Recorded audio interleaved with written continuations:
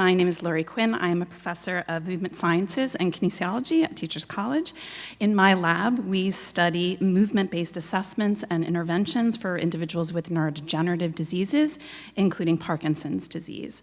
Today, I'm going to share some work that I have done alongside Dr. Harold Shaw from Columbia University and Miss Anita Parker from St. Luke's AME Church on addressing racial disparities in access to healthcare and research in our local community.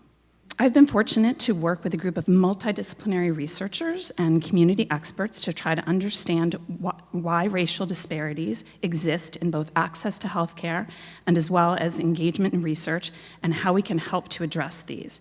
Using a community-based participatory research approach, we conducted focus groups to identify barriers and facilitators to care-seeking behaviors for individuals with Parkinson's disease.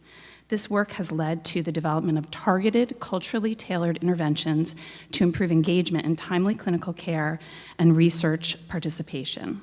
There are two key components to the work that we have done: building trust within the community and using a faith-based approach for engagement. Building trust required consistent and ongoing presence in the community and using empowering, culturally sensitive messaging while acknowledging the discrimination and stigma that has led to these disparities. Using a faith-based approach, we engaged directly with local churches and community leaders and incorporated storytelling and testimony from community members. These are some of the research activities that we have undergone, which include a literature review, 2 focus groups in the Black and Brown community, an educational series which is ongoing, community health fairs that we hold annually, a PD Movers storybook, and several upcoming publications. And I'd like to highlight 2 outputs from this work.